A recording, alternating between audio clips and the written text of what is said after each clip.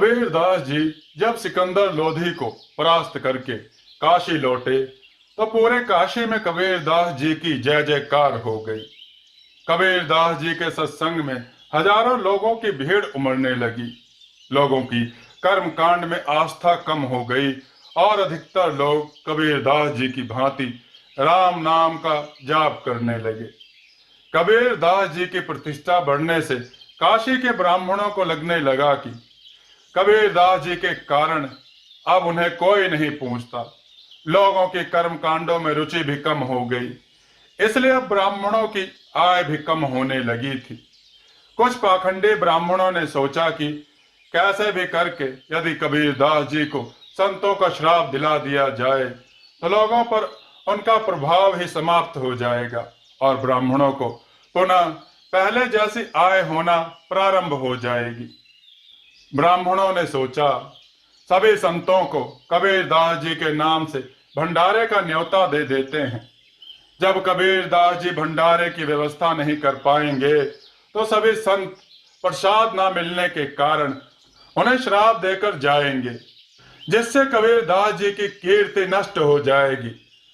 अब कुछ पाखंडी ब्राह्मणों ने कबीरदास जी को संतों से श्राप दिलाने के लिए काशी और काशी से आसपास के सैकड़ों गांवों के हजारों संतों को कबीरदास जी के नाम से भंडारे का निमंत्रण दे दिया।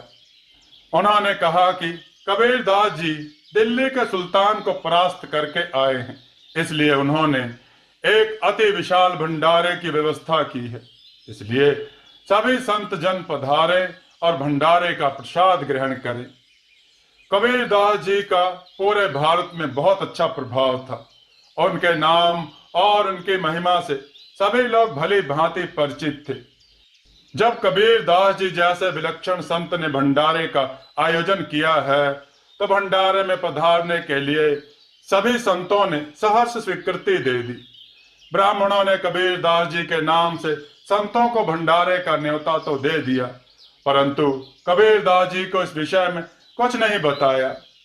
भंडारे वाले दिन कबीरदास जी तो अपने घर में बैठकर कुछ भक्तों के साथ आनंद पूर्वक सत्संग कर रहे थे। तभी उन्होंने देखा धीरे धीरे दूर दूर से साधु संतों के जत्थे आने लगे हैं। सभी साधु संत कीर्तन करते हुए राम नाम जपते हुए कबीरदास जी के घर के तरफ बढ़े चले आ रहे थे। कबीरदास जी के घर पर संतों की बड़ी भारी भीड़ जुट गई। कबीरदास जी ने सभी संतों को प्रणाम किया और कहा, आज संत भगवान के दर्शन करके जीवन सफल हो गया। सभी संत मुझ गरीब पर कृपा करने कैसे पधारे। संतों ने कहा, कबीर जी आप भी अच्छा मजाक कर रहे हैं। आज आपके यहाँ भंडारा है ना, आपने ही तो हम सभी को भंडारे में प्रसाद ग्रहण करने के लिए बुलाया है।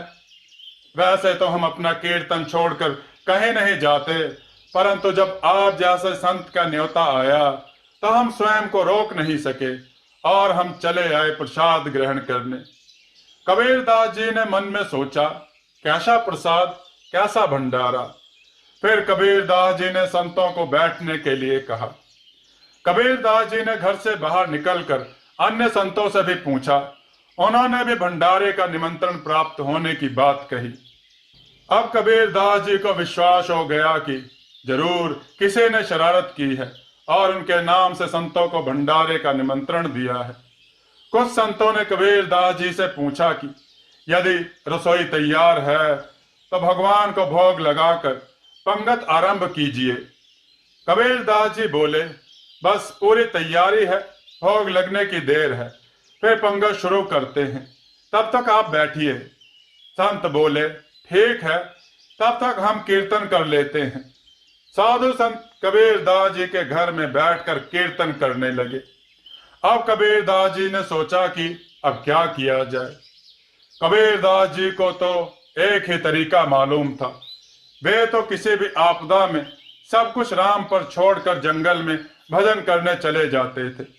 इस बार भी कबीरदास जी संतों को बैठाकर जंगल की तरफ जाने के लिए निकल रहे थे।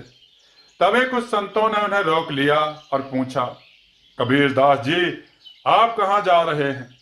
कबीरदास जी बोले, भंडारे में रायते के लिए दही मंगवाया था, परंतु अभी तक ग्वाला दही लेकर नहीं आया। बस अभी ग्वाले से दही का पता करके आता हूं। संत बोले, ठीक है, परंतु जल्दी आइएगा। कबीरदास जी बोले, बस यही पास ही ग्वाले का घर है, मैं दही लेकर अभी आता हूं। यह कहकर कबीरदास जी अपने घर से निकल गए और गंगा के तट पर जाकर झाड़ियों में छिपकर बैठ गए और राम नाम जपने लगे। साधु संतों को बैठे हुए बहुत देर हो गई। वे सोचने लगे, कबीरदास जी को दही लाने में इतनी देर कैसे हो गई और कहीं पर रसोई भी बनती दिखाई नहीं दे रही। संतों के मन में कुछ विचार आने लगे। कुछ संत कबीरदास जी को इधर उधर ढूंढने लगे, कुछ संत रसोई खोजने लगे, परंतु किसी को कुछ नहीं दिखाई दिया। अब साकेत धाम में भगवान श्री राम कबीरदास जी के लिए चिंतित हो गए। भगवान ने सोचा, यदि कबीरदास जी की मदद नहीं की गई तो उनकी बहुत बदनामी हो जाएगी। इसलिए भगवान श्री राम ने पुनः कबीरदास जी का रूप धारण कर लिया। भगवान श्री राम के साथ श्री हनुमान जी और उनकी वानर सेना भी प्रकट हो गई। सभी ने कबीरदास जी के सेवकों का रूप धर लिया। अब कबीरदास जी के रूप में भगवान श्री राम दूर से ही संतों को आते हुए दिखाई दिए। उनके साथ सेवकों का रूप धरकर हनुमान जी और उनकी वानर सेना भी आ रही थी।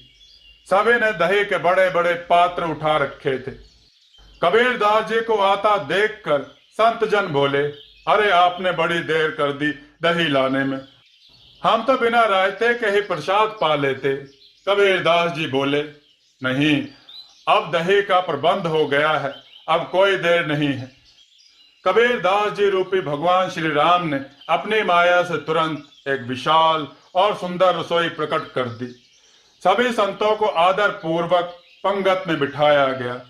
जब पत्तलों में भोजन परोसा जाने लगा तो संतों ने देखा, पत्तलों में कई तरह के साग, पूड़ी, कचौड़ी, रायता, कई तरह के मिष्ठान और इतने विशाल लड्डू जो संतों ने जीवन में पहली बार देखे थे।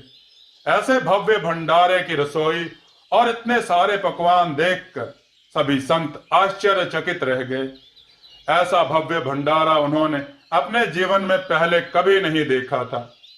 सभी संतों ने प्रभु श्री राम और कबीरदास जी के नाम का जयकारा लगाकर भोजन प्रारंभ किया। इतना स्वादिष्ट और दिव्य प्रसाद संतों ने पहले कभी ग्रहण नहीं किया था। ऐसा लग रहा था जैसे इस प्रसाद को पाकर आत्मा तक तृप्त हो गई हो। इस भंडारे में दूर दूर से हजारों संत पधारे थे। ऐसा विशाल भंडारा काशी नगरी के लोगों ने भी पहले कभी नहीं देखा था।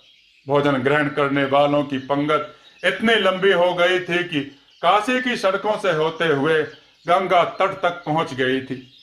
सभी संत प्रसाद ग्रहण करने से पहले भगवान श्री राम और कबीरदास जी का जयकारा लगा रहे थे। कबीरदास जी वही गंगा किनारे झाड़ियों में छिपकर राम नाम का जाप कर रहे थे। जब उन्होंने स्वयं के नाम का जयकारा सुना तो उन्होंने सोचा, लगता है प्रभु श्री राम ने फिर से कोई लीला कर दी है। उन्होंने झाड़ियों से बाहर झांक कर देखा तो वे देखते हैं गंगा के किनारे तक संतों की पंगत बैठी है।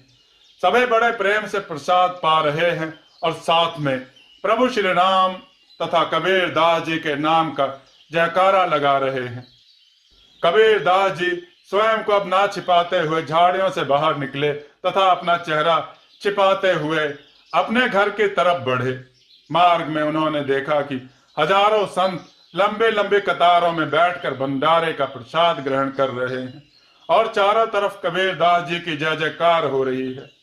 जब कबीरदास जी अपने घर के निकट पहुंचे तो उन्होंने दूर से देखा कि स्वयं भगवान श्री राम कबीरदास जी का ही रूप लेकर भंडारे की व्यवस्था देख रहे हैं। अपने प्रभु को स्वयं अपने ही रूप में देखकर कबीरदास जी भाव विभोर हो गए। उनकी आंखों से आंसू निकल आए। अब कबीरदास जी ने सोचा, जब यहां तक आ ही गया हूं तो अपने प्रभु के हाथों से प्रसाद भी ग्रहण कर लूं। यह सोचकर कबीरदास जी भी अपना चेहरा छिपाते हुए एक कोने में पंगत में प्रसाद ग्रहण करने के लिए बैठ गए। कबीर दास जी को भी भोजन परोसा जाने लगा। इस बार कबीर दास रूपी प्रभु श्री राम संतों को भोजन परोसते परोसते कबीर दास जी के पास पहुंचे। कबीर दास जी भी यह देख रहे थे।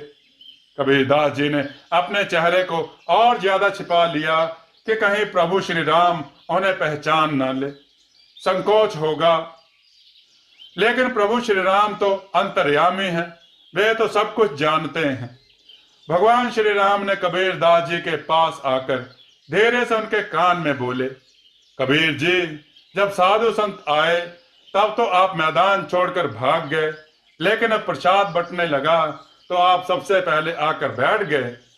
अरे जो जजमान होता है, जो भंडारा करवाता है, उसे सबसे बाद में प्रसाद ग्रहण करना चाहिए। आप तो पहले ही आकर बैठ गए, अभी तो बहुत से साधु संत आने शेष हैं। कबीर दास जी ने लज्जा पूर्वक भगवान श्री राम का मुख देखा और हाथ जोड़कर बोले, प्रभु, यदि मैं कुछ कर रहा हूं या कुछ करवा रहा हूं तब तो मैं बाद में प्रसाद पाऊं, लेकिन यह दास कबीर जजमान नहीं है।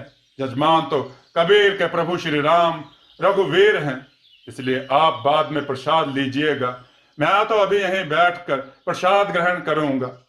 भक्त और भगवान के बीच बातचीत हो गई, किसी को कुछ ज्ञात नहीं हुआ। तब प्रभु श्री राम ने बड़े प्रेम से कबीर दास जी को प्रसाद परोसा और कबीर दास जी ने बड़े भाव से प्रसाद ग्रहण किया। वह विशाल भंडारा पूरे दिन चलता रहा। सभी साधु संतों ने और काशी नगरी के सभी लोगों ने भंडारे में प्रसाद ग्रहण किया। ऐसा अद्भुत भंडारा पहले कभी किसी ने नहीं देखा था। सभी संत भंडारे में प्रसाद ग्रहण करके बहुत प्रसन्न होकर लौटे और उन्होंने कबीर दास जी को खूब आशीर्वाद दिए।